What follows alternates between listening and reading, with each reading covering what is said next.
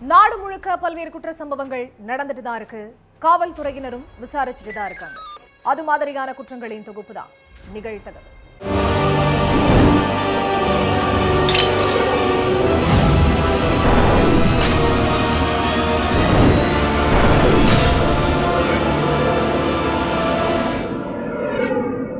நிகழ்த்தகவு.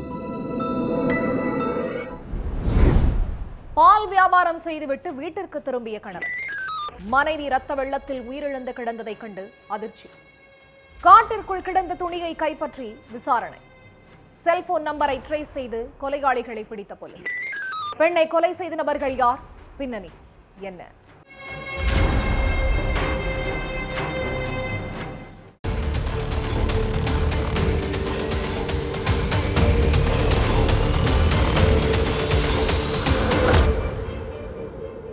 வழக்கம் போல காலையில 5 மணிக்கு பால் வியாபாரம் செய்ய போன கணவன் 10 மணிக்கா வீட்டுக்கு திரும்பி இருக்காரு. அப்போ வீட்டுக்குள்ள கார் எடுத்து வச்ச கணவனுக்கு அதிர்ச்சி காத்திருந்திருக்கு.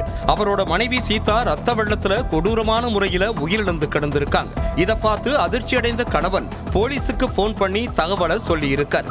உடனடியா சம்பவ இடத்துக்கு போன போலீஸ் சடலத்தை மீட்டு போஸ்ட்மார்ட்டத்துக்கு அனுப்பி வச்சாங்க. அதுக்கடுத்து கொலையாளிகள் யார், உங்களுக்கு யார் மேலேயாவது சந்தேகம் இருக்கான்னு அக்கம் பக்கத்து வீட்டுக்காரங்க கிட்ட கேட்டிருக்காங்க போலீஸ். ஆனா கிராம மக்கள் எங்களுக்கு எதுவும் தெரியாதுன்னு சொல்லி இருக்காங்க.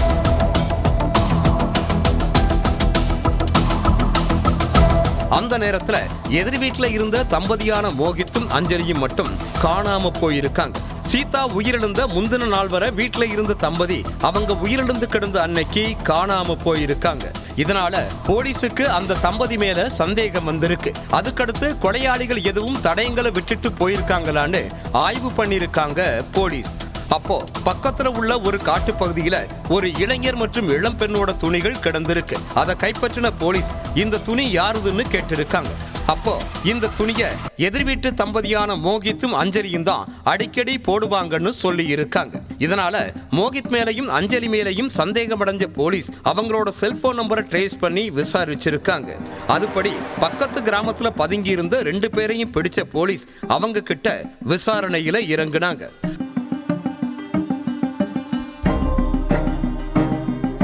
உத்தரப்பிரதேசத்தில் உள்ள வாரணாசியை சேர்ந்த அங்கன்வாடி ஊழியர் சீதாவுக்கு 15 வருஷத்துக்கு முன்னாடி கல்யாணமாக இருக்கு.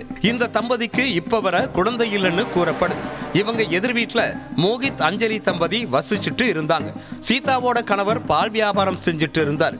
காலையில 5 மணிக்கு வீட்டை விட்டு வெளியில போனா 10 மணிக்கு தான் வீட்டுக்கு திரும்புவாராம். அந்த நேரத்துல மோகித் சீதா கூட பேசி பழக ஆரம்பிச்சிருக்காரு. ஆரம்பத்துல நார்மலா பேச ஆரம்பிச்ச 2 பேரும் அதுக்கடுத்து நெருங்கி பழகி இருக்காங்க.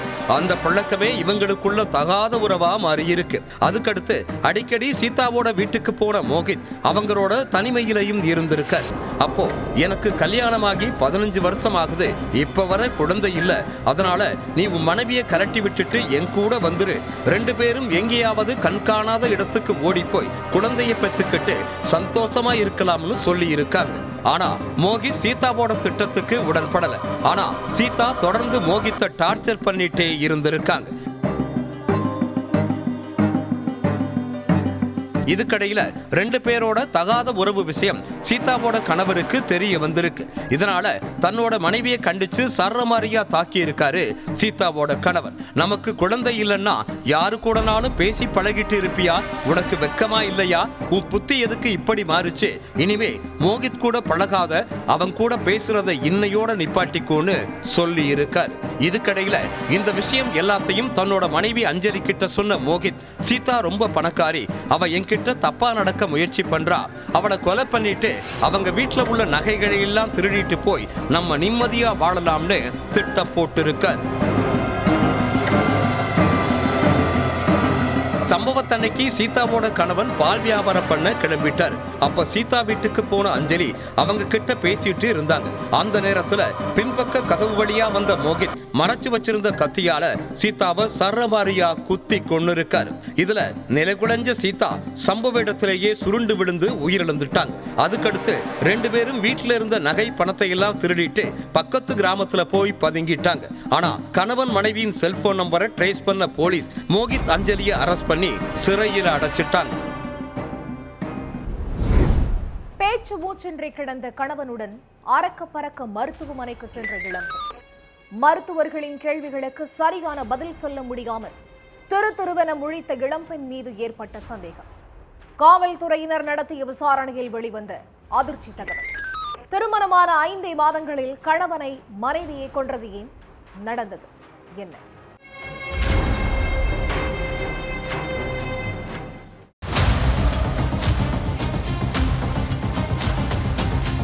திடீர்னு என் கணவர் மயங்கி விழுந்துட்டாருன்னு பதற்றத்தோட கவர்மெண்ட் ஹாஸ்பிட்டலுக்கு கூப்பிட்டு போயிருக்காங்க மனைவி சுஜித்ரா. ஆட்டோவில் இருந்த அவரோட கணவனை ஹாஸ்பிட்டலுக்குள்ள தூக்கிட்டு வந்து பரிசோதனை செஞ்ச மருத்துவர்கள் அவருக்கு ட்ரீட்மெண்ட் கொடுத்திருக்காங்க. ஆனா மதன்குமார் சிகிச்சை பலனளிக்காம உயிரிழந்துட்டார். எப்படி விழுந்தாரு, எங்க விழுந்தாருன்னு மருத்துவர்கள் கேட்டு இருக்காங்க. அதுக்கு சுஜித்ரா சரியான பதில் சொல்லாம திருன்னு முழிச்சிருக்காங்க. அந்த நேரம் அங்க வந்த மதன்குமாரோட அம்மா லட்சுமி தன்னோட மகனோட மரணத்துல சந்தேகம் இருப்பதா சொல்லி இருக்காங்க. அதுக்கு பிறகு அங்க இருந்த மருத்துவர்கள் உடனடியா போலீஸுக்கு தகவல் சொல்லி இருக்காங்க. போலீஸ் வந்து அவங்க பாணியில விசாரிச்சதுக்கு அப்புறம் தான் மதன்குமாருக்கு என்ன நடந்துச்சுங்கிறத சுஜித்ரா சொல்லி இருக்காங்க.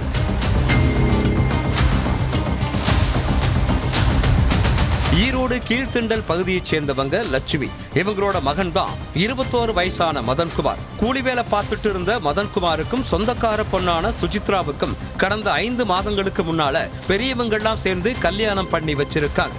ஆனா கல்யாணம் முடிஞ்ச கொஞ்ச நாட்களிலேயே கணவன் மனைவி 2 பேருக்கும் இடையில கருத்து வேறுபாடு ஏற்பட்டு அடிக்கடி சண்டை வந்திருக்கு. கூட்டு குடும்பமா வாழ்ந்துட்டு வந்த மதன்குமார் தாய் லட்சுமி பேச்ச மீறவே மாட்டாராம்.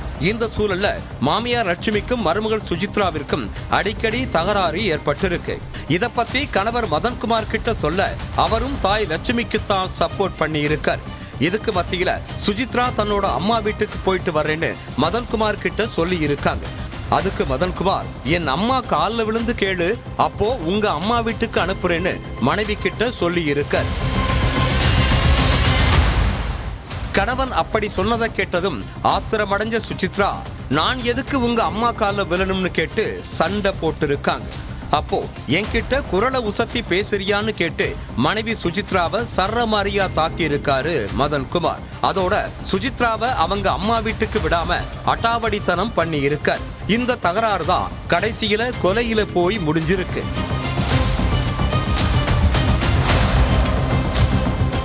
சம்பவத்தன்னைக்கு ஃபுல் போதையில வீட்டுக்கு வந்திருக்காரு மதன்குமார். அப்போ வீட்டுல மனைவி சுஜித்ராவை தவிர வேறு யாரும் இல்லை. அப்போ போதையில வந்த மதன்குமார் சுஜித்ராவோட கழுத்தை பிடிச்சு சண்டை போட்டு இருக்கார். என்கிட்ட எதிர்த்து பேசுனது மட்டுமில்லாம எங்க அம்மா கிட்டையும் எதிர்த்து பேசுறியான்னு கேட்டு அவங்க கழுத்தை இறுக்கி இருக்கார். அப்போ கோபமடைஞ்ச சுஜித்ரா மதன்குமாரை பிடிச்சு கீழே தள்ளி விட்டு இருக்காங்க. போதையில நிதானமே இல்லாம இருந்த மதன்குமார் தள்ளிவிட்டதும் அவரோட தலைப்பகுதி தரையில மோதி இருக்கு. அதுல நிலை குலைஞ்ச மதன்குமாருக்கு வாயில இருந்து நுரை வந்தது மட்டுமில்லாம மூச்சு பேச்சு இல்லாம ஆகியிருக்கார்.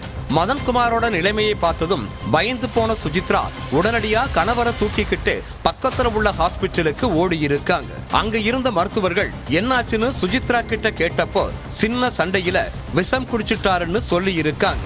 ஏன்னா மதன்குமாரோட வாயில இருந்து பச்சை கடல்ல நுரை வந்ததை வச்சு விஷம் குடிச்சிட்டதா சொல்லி மருத்துவர்கள் கிட்ட நாடகமாடி இருக்காங்க சுஜித்ரா. அதுக்கு பிறகு மதன்குமாருக்கு ட்ரீட்மெண்ட் பண்ண மருத்துவர்கள் அவரை கோவை அரசு மருத்துவமனைக்கு அனுப்பி வச்சாங்க. அப்போ சிகிச்சையில இருந்த மதன்குமார் சிகிச்சை பலனளிக்காம உயிரிழந்துட்டார். ரிப்போர்ட்ல மதன்குமாருக்கு மூளையில ரத்தம் உறைஞ்சதுதான் மரணத்துக்கு முக்கிய காரணம்னு குறிப்பிடப்பட்டிருந்துச்சு. விசாரணையில சுஜித்ரா ஒண்ணு விடாம சொன்னதும் அவர் மேல கொலை வழக்கு பதிவு பண்ண போலீஸ்காரங்க அவங்கள கைது பண்ணி விசாரணை நடத்திட்டு இருக்காங்க. ஹோட்டலில் உள்ள அறையிலிருந்து வீசிய துர்நாற்றம். கதவை திறந்து பார்த்த ஊழியர்களுக்கு அதிர்ச்சி. அறைக்குள் ரத்த வெள்ளத்தில் இறந்து கிடந்த பெண்.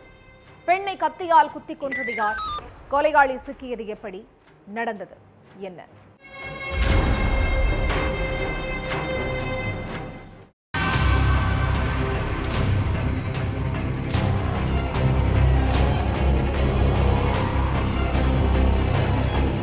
லூதியானா பகுதியில ஒரு பிரபலமான ஹோட்டல் இருக்கு. அந்த ஹோட்டல்ல உள்ள ஒரு ரூம்ல இருந்து துர்நாற்றம் வீசி இருக்கு. பக்கத்து ரூம்ல இருந்தவங்க இந்த விஷயத்தை ஊழியர்கள் கிட்ட சொல்லி இருக்காங்க. அதுக்கப்புறம் ஹோட்டல்ல வேலை பார்க்கறவங்க வந்து பார்த்தப்போ அந்த ரூம் வெளியில இருந்து பூட்டின மாதிரி இருந்திருக்கு. அதுக்கப்புறம் ரிசப்ஷன்ல இருந்த இன்னொரு சாவியை எடுத்து ரூமை திறந்து பார்த்தா உள்ள ரத்த வெள்ளத்துல பெண் ஒருத்தங்க இறந்து கிடந்திருக்காங்க. தகவல் தெரிஞ்சு ஸ்பாட்டுக்கு வந்த போலீஸ் அந்த பெண்ணோட சடலத்தை போஸ்ட்மார்ட்டத்துக்கு அனுப்பி வச்சாங்க. அடுத்து அந்த பொண்ணு யாரு, அவங்கள கொலை பண்ணது யாருன்னு விசாரணையில இறங்கின போலீஸ் ரூம்ல இருந்த ஹேண்ட்பேக் எடுத்து செக் பண்ணி பார்த்திருக்காங்க. அதுலதான் அந்த பொண்ணு பேரு ரேகாங்கிறது தெரிய வந்திருக்கு. அடுத்து அந்த பெண் கூட இளைஞர் ஒருத்தர் தங்கி இருந்ததா ஹோட்டல் ஊழியர்கள் போலீஸ் கிட்ட சொல்லி இருக்காங்க. ஹோட்டல் ரூம் எடுக்கிறப்போ வாடிக்கையாளர்களோட ஆதார் கார்டு அல்லது ஏதாவது ஒரு கவர்மெண்ட் ப்ரூஃபை கொடுக்கணும். அப்படி அந்த இளைஞர் கொடுத்த ஆதார் கார்டை வச்சு போலீஸ் அந்த இளைஞரோட விவரங்களை கண்டுபிடிச்சாங்க. அடுத்தடுத்து விசாரணையில அந்த இளைஞரை மடக்கி பிடிச்சு விசாரிச்சப்பதான் போலீஸோட எல்லா கேள்விகளுக்கும் விடை கிடைச்சது. பஞ்சாப் மாநிலம் லூதியானாவை சேர்ந்த ரேகாங்கிற பெண் பிரைவேட் கம்பெனில வேலை பார்த்துட்டு இருந்திருக்காங்க. இவங்களுக்கு கல்யாணமாகி 2 குழந்தைங்க இருக்காங்க. அதே கம்பெனியில வேலை பார்க்கிற அமித்ங்கிற இளைஞரோட ரேகாவுக்கு பழக்கம் ஏற்பட்டிருக்கு. 2 பேரும் ஒருத்தருக்கொருத்தர் செல்போன் நம்பரை பரிமாறிக்கிட்டாங்க. அப்பப்ப சாட்டிங் டேட்டிங்னு ஆரம்பிச்ச இவங்க நட்பு ஒரு கட்டத்துல எல்லை மீறி போயிருக்கு. அடிக்கடி வெளியூருக்கு போய் தனிமையில இருந்திருக்காங்க. இந்த விஷயம் ரேகாவோட கணவருக்கு தெரிஞ்சு குடும்பத்துல பிரச்சனை வெடிச்சிருக்கு. கொஞ்ச நாள் ரேகாவை வேலைக்கு அனுப்பாம செல்போனை கொடுக்காம கணவர் அவங்கள வீட்டுக்குள்ளேயே அடைச்சு வச்சிருந்ததா சொல்லப்படுது. இதனால ரேகா அமித்தை தொடர்பு கொள்ளாம இருந்திருக்காங்க. அமித்தும் ரேகாவை கான்டாக்ட் பண்ண முடியல. இனிமே அமித் கிட்ட பேச மாட்டேன், பழக மாட்டேன்னு ரேகா அவங்களோட கணவர் கிட்ட சத்தியம் பண்ணி சொல்லி சமாதானப்படுத்தினதுக்கு அப்புறம் தான் பிரச்சனை குறைஞ்சிருக்கு. கிட்டத்தட்ட 1 மாசத்துக்கு அப்புறம் ரேகா வீட்டை விட்டு வெளியே வர ஆரம்பிச்சிருக்காங்க. ரேகா திரும்பவும் வேலைக்கு போக ஆரம்பிச்சதும் அமித் கிட்ட போய் பேசி இருக்காங்க. தனியா பேசணும்னு சொல்லி ரேகா அடம் பிடிச்சதால லூதியானாவில் உள்ள ஒரு ஹோட்டல்ல ரூம் எடுத்து பேசியிருக்காங்க. அங்க 2 பேரும் தனிமையில இருந்ததுக்கு அப்புறம் ரேகா தன்னை கல்யாணம் பண்ணிக்க சொல்லி அமித் கிட்ட கேட்டு இருக்காங்க. அதுக்கு அமித் மறுப்பு தெரிவிக்க, எனக்கு நீ வேணும், நீ இல்லாம என்னால இருக்க முடியாது, என் கூட வந்துரு, நான் உன்னை பாத்துக்கிறேன்னு கோபமா சொல்லி இருக்காங்க ரேகா. இப்படியே 2 பேருக்கும் நடுவுல வாக்குவாதமாக இருக்கு. அப்போ கடுப்பான ரேகா அமித்தோட அந்தரங்க உறுப்பிலேயே சரமாரியா தாக்கி இருக்காங்க. வலி தாங்க முடியாம நிலை குலைஞ்ச அமித் ஆத்திரத்துல ரேகாவை கீழே தள்ளி விட்டு கழுத்தை பிடிச்சு நெரிச்சிருக்கான். அது மட்டும் இல்லாம தான் வச்சிருந்த கத்தியை எடுத்து ரேகாவோட உடம்புல சரமாரியா குத்தி கொன்னுட்டு அங்க இருந்து தப்பிச்சு போயிருக்கான். புதன்கிழமை நைட்டு நடந்த இந்த சம்பவம் 2 நாளைக்கு அப்புறம் வெள்ளிக்கிழமை தான் வெளிச்சத்துக்கு வந்திருக்கு. விசாரணைக்கு அப்புறம் அமித்தை அரெஸ்ட் பண்ண போலீஸ் அவனை ஜெயிலுக்குள்ள தள்ளி கம்பி எண்ணெய் வச்சிருக்காங்க. தகாத உறவு வாழ்க்கையை தடம் மாத்திரும்னு சொல்றது சரிதாங்கிறதுக்கு இந்த சம்பவம் ஓர் உதாரணம். வீட்டில் இருந்து கேட்ட பெண்ணின் அலறல் சத்தம். உடல் முழுவதும் வெந்து போன நிலையில் தீக்காயங்களுடன் உயிருக்கு போராடிய மனைவி. வீடு முழுவதும் வீசிய டீசல் வாடை. கணவனை கைது செய்து விசாரித்த போலீஸ். விசாரணையில் வெளிவந்த பல அதிர்ச்சி தகவல்கள். மனைவி மீது டீசல் ஊற்றி கணவனை கொளுத்தியது ஏன்? நடந்தது என்ன?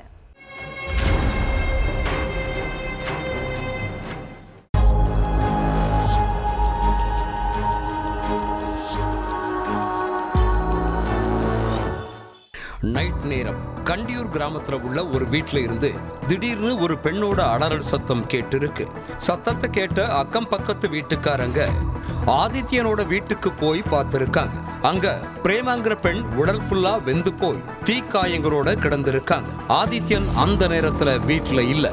இத பார்த்து அதிர்ச்சி அடைந்த கிராம மக்கள் உடனடியா ஆம்புலன்ஸுக்கு போன் பண்ணி வர வச்சு உயிருக்கு போராடிட்டு இருந்த பிரேமாவை மீட்டு ஹாஸ்பிட்டலுக்கு அனுப்பி வச்சாங்க.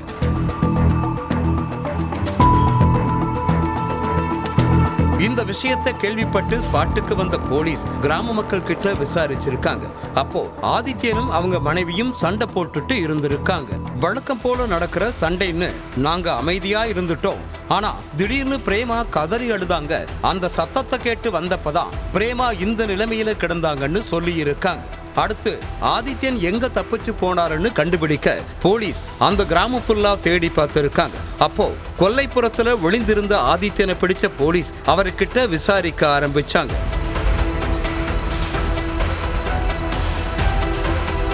மயிலாடுதுறை கண்டியூர் கிராமத்தைச் சேர்ந்த ஆதித்யன் 5 வருஷத்துக்கு முன்னாடி அதே பகுதியைச் சேர்ந்த பிரேமாங்கிற பொண்ணை காதலிச்சு கல்யாணம் பண்ணிக்கிட்டார். இந்த தம்பதிக்கு ஆண் குழந்தை ஒண்ணு இருக்கு. இதுக்கிடையில ஆதித்யனுக்கு வேற ஒரு பெண் கூட தகாத உறவு ஏற்பட்டதா கூறப்படுது. அதுக்கப்புறம் ஆதித்யன் சரியா வேலைக்கு போகாம எந்த நேரமும் போன் பேசியே பொழுத கழிச்சிட்டு இருந்திருக்காரு. இதை நோட் பண்ணிட்டே இருந்த பிரேமா கணவர் கூட சண்டை போட ஆரம்பிச்சிருக்காங்க. எந்நேரமும் மது குடிக்கிற, முன்னாடி மாதிரி வேலைக்கு போக மாட்டேங்கிற, யார் கூடவோ அடிக்கடி போன் பேசுறன்னு கேட்டு இருக்காங்க.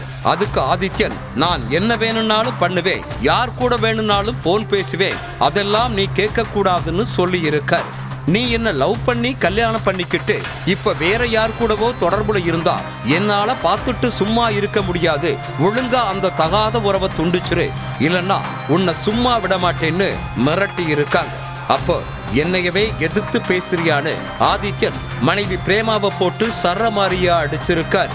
இதனால கணவன் மனைவிக்கு இடையில மறுபடியும் பிரச்சனை ஏற்பட ஆரம்பிச்சிருக்கு. சம்பவத்தன்னைக்கு வேலைக்கு சென்ற ஆதித்யன் நைட்டு ஃபுல் போதையில வீட்டுக்கு திரும்பி இருக்காரு. அப்போ கணவனோட தகாத உறவு விஷயமா மறுபடியும் ஆதித்யன் கிட்ட சண்டை போட்டு இருக்காங்க பிரேமா. இதனால கொலைவெறியான ஆதித்யன் மனைவியை போட்டு சரமாரியா அடிச்சிருக்கார். அடுத்து டாடா ஏஸ் வாகனத்துல வாங்கி வச்ச டீசல் பாட்டில் எடுத்துட்டு வந்த ஆதித்யன் அத மனைவி மேல ஊத்தி தீ வச்சு கொளுத்தி இருக்கார். இதுல உடல் ஃபுல்லா தீக்காயம் ஏற்பட்டு பிரேமா துடிச்சிருக்காங்க. சத்தத்தை கேட்ட பக்கத்து வீட்டுக்காரங்க பிரேமாவோட வீட்டுக்கு போய் உயிருக்கு போராடிட்டு இருந்த பிரேமாவை ஹாஸ்பிட்டலுக்கு அனுப்பி வச்சாங்க.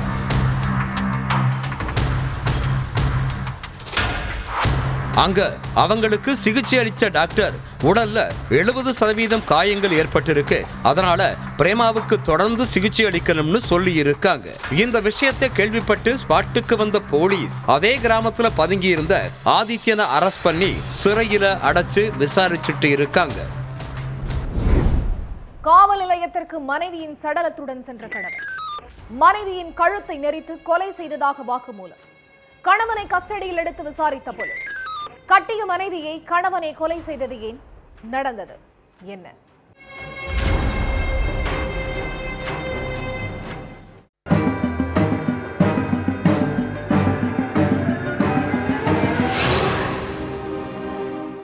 மதிய நேரம் சந்தமாக்குளூர் போலீஸ் ஸ்டேஷன் எப்பவும் போல பரபரப்பா இருந்திருக்கு.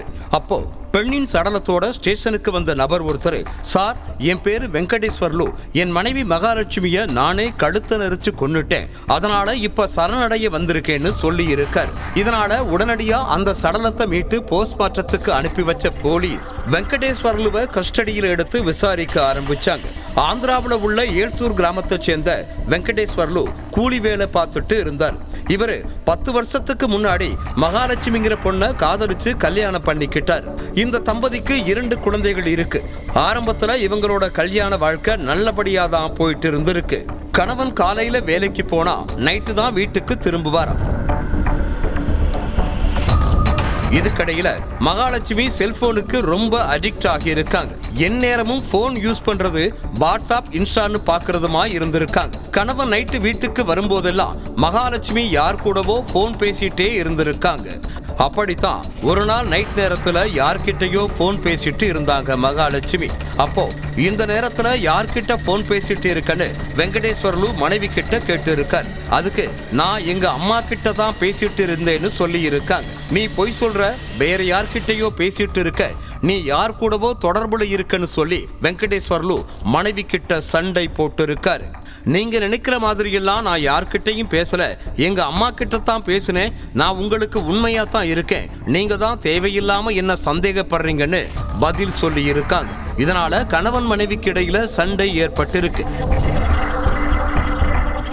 ஆனா அதே சந்தேக புத்தியோட இருந்த கணவன் மனைவி வீட்டுல இல்லாத நேரத்துல செல்போனை எடுத்து பாக்குறது, அதுல அன்னோன் நம்பர் இருந்தா அது யாரு என்னன்னு கேட்டு சண்டை போடுறதுமா இருந்திருக்காரு.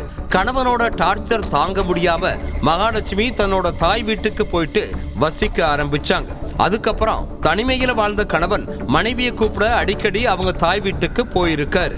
ஆனா கணவர் மேல கடும் கோபத்துல இருந்த மனைவி சந்தேக புத்தியோட இருக்கிறவங்க கூட என்னால வாழ முடியாதுன்னு அவரை தகாத வார்த்தைகளால திட்டி அனுப்பி இருக்காங்க. இது வெங்கடேஸ்வரலுவை இன்னும் கோபப்படுத்தி இருக்கு. இதனால மனைவி மீது கொலை வெறியில இருந்த கணவன் அவங்கள கொலை பண்ணவும் திட்டம் போட்டு இருக்கார். சம்பவத்தன்னைக்கு மகாலட்சுமியோட வீட்டுக்கு போன கணவன், உன்னோட நகைகள் எல்லாம் எங்க வீட்டுல தான் இருக்கு, அதையெல்லாம் வந்து எடுத்துட்டு போன்னு சொல்லி இருக்கார். அதை நம்பி வெங்கடேஸ்வரலு கூட பைக்ல போயிருக்காங்க மகாலட்சுமி. அப்போ பாதி தூரம் போனதுக்கு அப்புறம் மறுபடியும் இந்த தம்பதிக்குள்ள பிரச்சனை வந்திருக்கு. மனைவி மேல கோபத்துல இருந்த கணவன் அவங்கள கழுத்த நெரிச்சு துடி துடிக்க கொண்டு இருக்காரு. அடுத்து சடலத்தை பைக்ல வச்சு நேரா போலீஸ் ஸ்டேஷன்ல சரணடைஞ்சிட்டார். இந்த வழக்க ரொம்ப தீவிரமா விசாரிச்ச போலீஸ் வெங்கடேஸ்வரலுவை அரெஸ்ட் பண்ணி சிறையில் அடைச்சிட்டாங்க. ஒவ்வொரு குற்றங்களின் முடிவும் சட்டத்தின் கையில். விசாரணை தொடரும். பார்க்கலாம் அடுத்த நிகழ்தகவு.